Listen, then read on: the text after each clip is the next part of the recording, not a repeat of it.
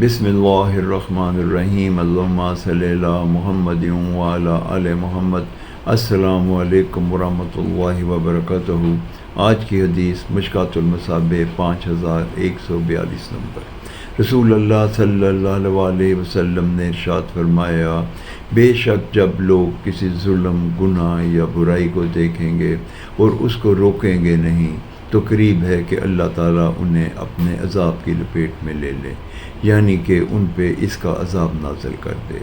اس حدیث مبارکہ کا یہ مفہوم ہے کہ جب لوگ کہیں ظلم، گناہ یا برائی دیکھیں تو اس کو اپنے ہاتھ سے روکنے کی کوشش کریں، اگر یہ ممکن نہیں تو اپنی زبان سے روکیں، اور اگر یہ بھی نہیں کر سکتے تو کم از کم اس کو اپنے دل سے برا سمجھیں۔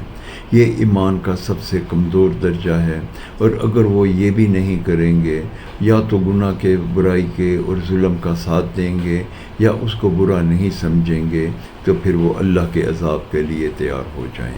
السلام علیکم ورحمۃ اللہ وبرکاتہ۔